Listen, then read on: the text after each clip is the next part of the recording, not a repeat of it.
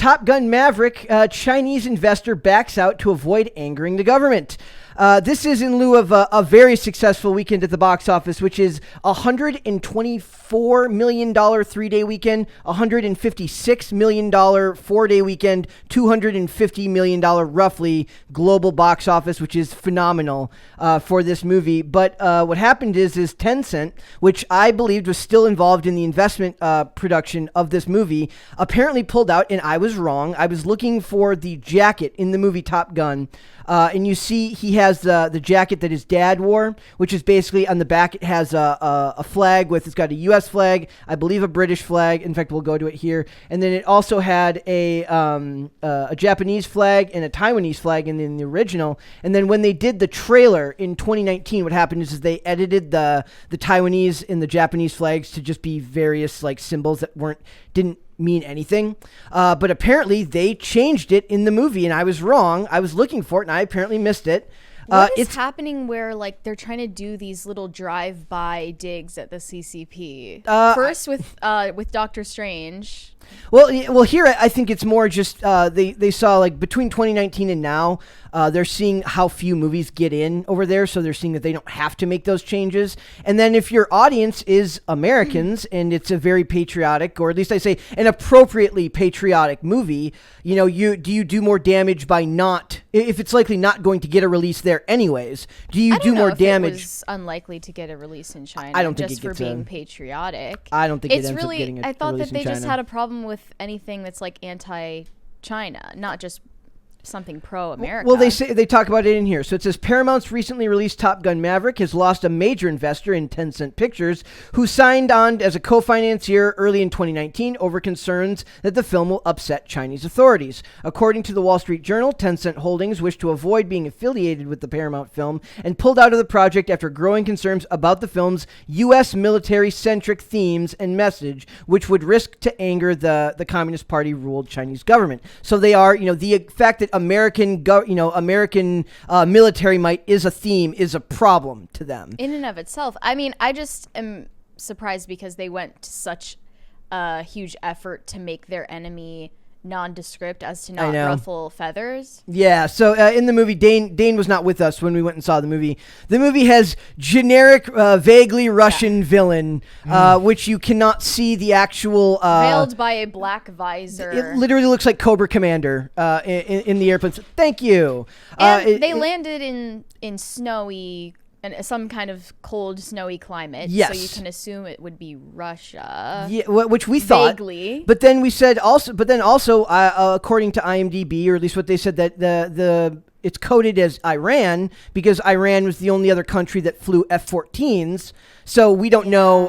The point is it's nondescript and generic. Yeah. But China pulls out. But the point is here is that it does not matter because this movie did just financially extremely well over this weekend. So it says, it's important to note that this follows a long-running decline in the relationship between the U.S. and China, as well as an increasing focus on nationalist films. I don't know where that focus is other than this movie, but I think that I think CBR What could they possibly be referring to? I have no... Does anybody in the chat know what nationalistic films they're talking about here? Because I don't know of any. My question is, like, I wonder how much of, like, the Chinese... the movies in China are like U.S. Hollywood films, because so China only allows about 34 American movies a year, or foreign. I don't know if it's just America. It's like 34. I think is what I read. Is there a limit, or is that just how it? 34 is what that government allows, which means they. Wow. I could. Somebody will have to fact check me on that. I read that when I was researching today, and that number has stayed the same. It's just that not all they oftentimes don't use up all those movies because a lot of them never make it past the censors. How many times do you? Okay, so it's like 34 international movies, but like how many are like then domestic made, like on average? Because my thing is that. So clearly, the United States, at least Hollywood's incentive, is that their market is so huge in terms of like largest box office in the world now. Right, in terms of populational density, that like of course like it would behoove you to like kind of like make it for them just financially. Yeah, but my question was like how many films were American, because at some point, if let's say if you withdraw those movies from the market, like how much does their actually movie theaters get impacted? Yeah. Like, And, will they go to see like a local movie? We only keep about 25% of the box office that comes in from China, whereas in the U.S., the firms, the production companies and the theaters split it, I believe, 60-40, depending on whether it's Disney or Paramount. The rough take back is 60-40 to the studio. But in China, you only keep about 25% of that box office revenue, which is tiny to begin with. But also, to point what we were saying earlier, increasing focus on nationalist films. I think they might be referring to Chinese focused on nationalist films, not on American interest in nationalist films. So it says, the shift in attitude concerning Top Gun became a subject of discussion when the film was released worldwide. When it was shown, visual change presented in 2019 had been undone. The change was originally made to appease Chinese censors. In 2019, a trailer from Maverick featured Pete Mitchell's iconic jacket. That's the one I showed you in the picture earlier. This time, without the Taiwanese and Japanese flag, they were replaced by visually similar flags with no affiliation to any country. The flags appear once again in the released film, so I was wrong about that. On top of being a critical hit, this is Tom Cruise's biggest box office opening weekend of all time, which is really interesting to me, considering that he's really is, in a lot of ways, a lot of the articles that I'm reading are like, is he the last great action movie star that we have? So if none of his movies grossed over $100 million at the box office, does that mean that most of them just get really good word of mouth? Maybe this is because he just has like the largest amount of people who recognize his name and face as he possibly can now compared to before. And at a time when movies made more of their money in home video releases too, I'm sure. Like what people think of like Risky Business, I don't know what the box office on Risky Business was, but I'm guessing that most people know the dance that he does in the movie, but they don't, they never actually either saw the movie or went to see it in the theaters. And in a world where like every movie is like a Lantinks LGBTQ dance recital, like a movie like Mission Impossible or like Top Gun. Top Gun is wow, unabashedly like without agenda. It's beautiful. And in terms of the action points, like he famously does his own stunts. Yep. And which was a huge focus of this movie, was that doing the all of the stuff in the fighter jets without green screen. And one of the things that it's kind of that you always use as marketing, at least for the Mission Impossible films, is like how jacked up he gets after filming. He's like, he broke both his legs. Isn't he great? A lot of the honest trailers for it. It's like, what's Tom Cruise's newest like death-defying like suicide mission? They call it. Like he's clearly out to like. And he still looks younger than me. Yes. So like I don't like, how is this possible? Another thing to note is this is, they talk a lot about diversity, and we talk a lot about the diversity of ideas. This is Paramount's 5th #1 weekend opening this year, and this is the list of the movies that they opened to #1 with, and it's hilarious how different they all are. Scream, Jackass, Sonic, and The Lost City on top of Top Gun. That is an actual list of super diverse movies that have almost nothing to do with one of them. Different markets. Yeah. Like The Lost City was like, I made fun of The Lost City because I was like, this is like it's like it doesn't know what it wants to be. Like it's like a housewife weird, like it's like for women who read romance novels, but it's also like an action movie. But I was wrong. It opened to #1 at the box office. Scream obviously is like half horror, half nostalgia, depending on, your audience is going to be a lot of people, honestly, my age, who grew up watching the Scream franchise. Jackass, people my age. So I guess nostalgia could be considered like a theme amongst those, but Sonic is nostalgia and for youth. So there's a diverse range of age demographics and people they're looking to reach. And the same thing held true when you look at the actual, the breakdown of who actually came out to see Top Gun, which is probably the most interesting part to me, which was that 45% of the audience was under the age of 35.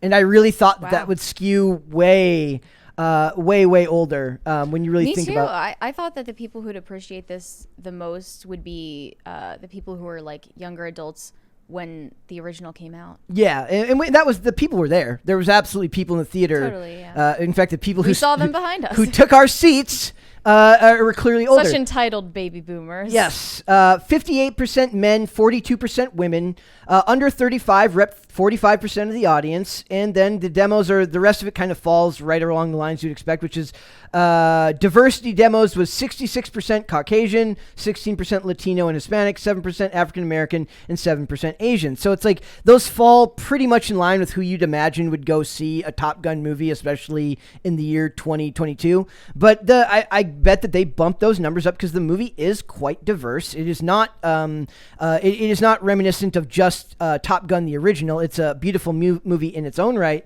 And it says 30%, let's see, diversity, okay, where it says 18 to 34 repped 37% of attendance. So that's very, very good. I'm surprised the movie did that well in the younger demographics, but I'm hoping that they do not. Okay, this is the question. I didn't ask this question, you guys, when we did the review. Mary, should they make a sequel? Should they make a third one? A third one? What would the third one even be? I have no idea. No, and on Hannah Claire's behalf, I have to emphatically say no, because the purpose of this was to show that, after all these years, he's been kind of stagnant and stayed in the same position in his career and his personal life. So they got over those two bumps and gave him the character development that people might have wanted. Yeah. And now it's over. Yep. We can't have a third one. There shouldn't be. I think Tom Cruise would be smarter than to do that. Right? You would think so. I mean, I suggest you go see it, by the way, this weekend, Dane. It's very, very good.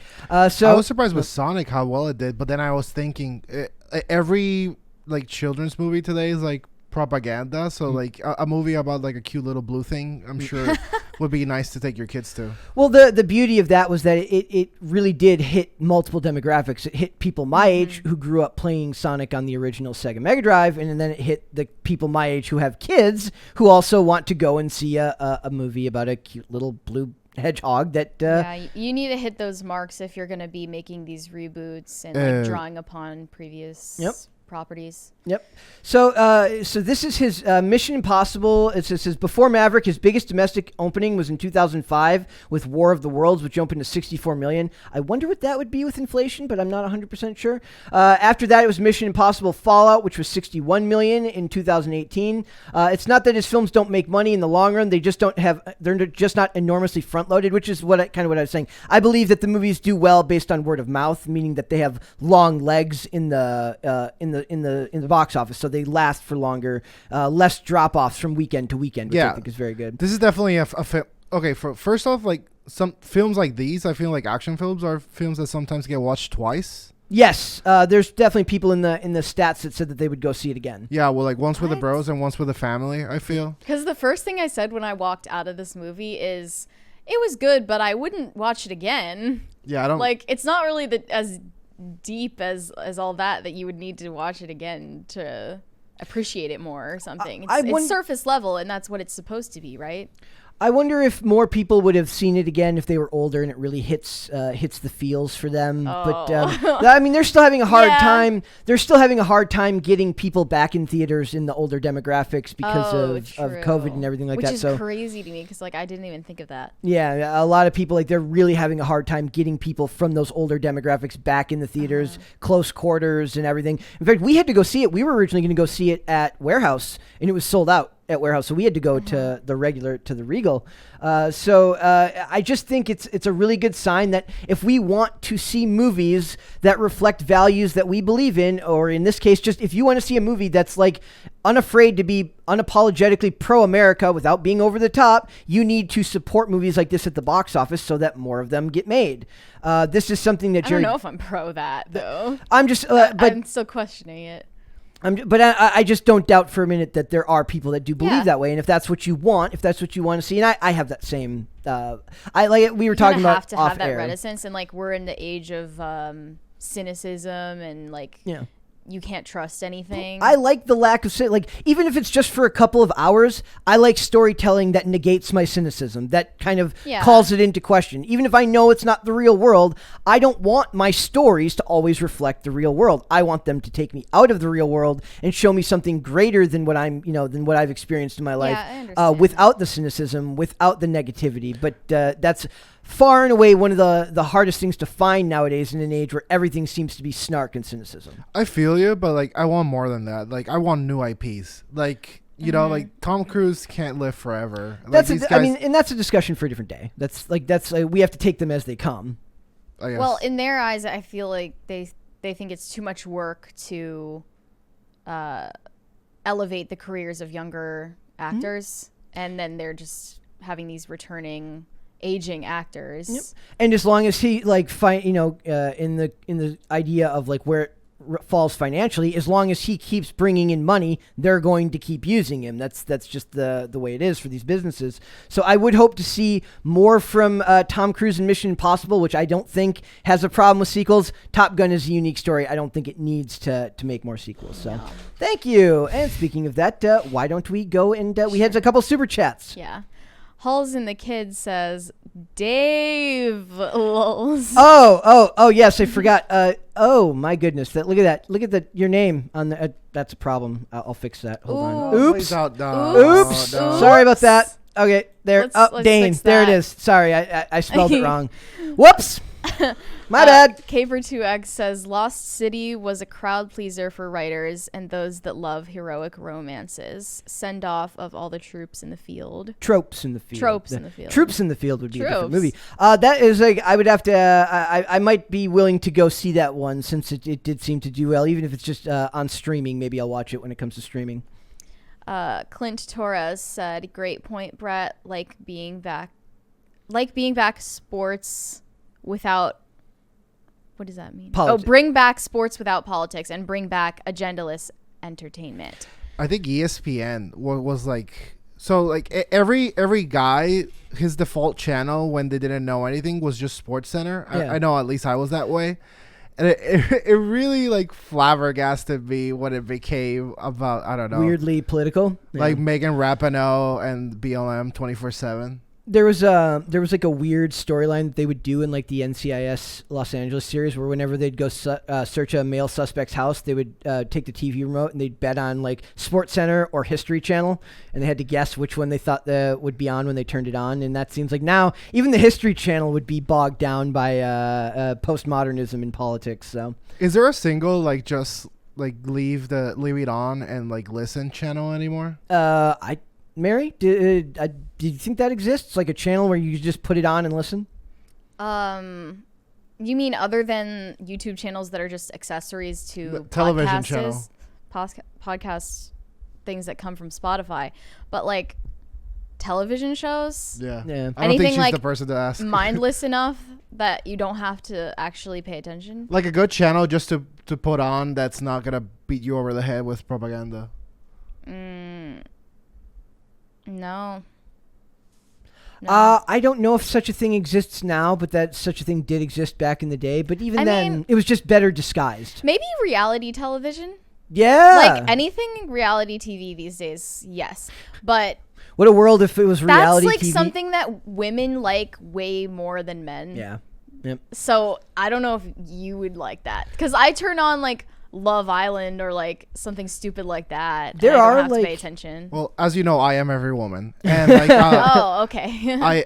I watched Survivor, and I've seen Survivor go from never acknowledging politics to like the recent seasons being like, as you know, we're in a historic moment in history. Oh, God. Well, but actually, the host, I feel like he really like navigates it in a, you know, like he knows like where he has to be and what he doesn't have to say in order to like crash the whole network. But still, I think he does it with enough tact. Yeah. That where it's okay, but I guess like it's even seeped into like legendary historic programs. Yep.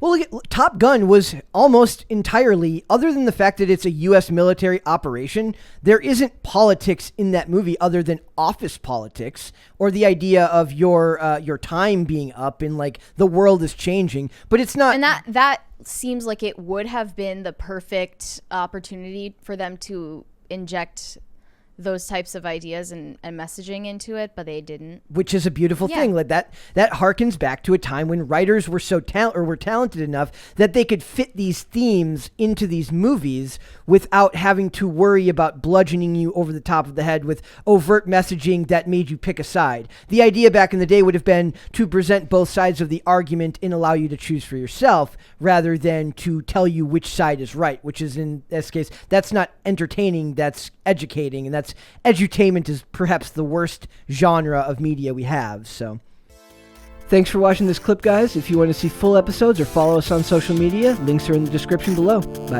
Bye.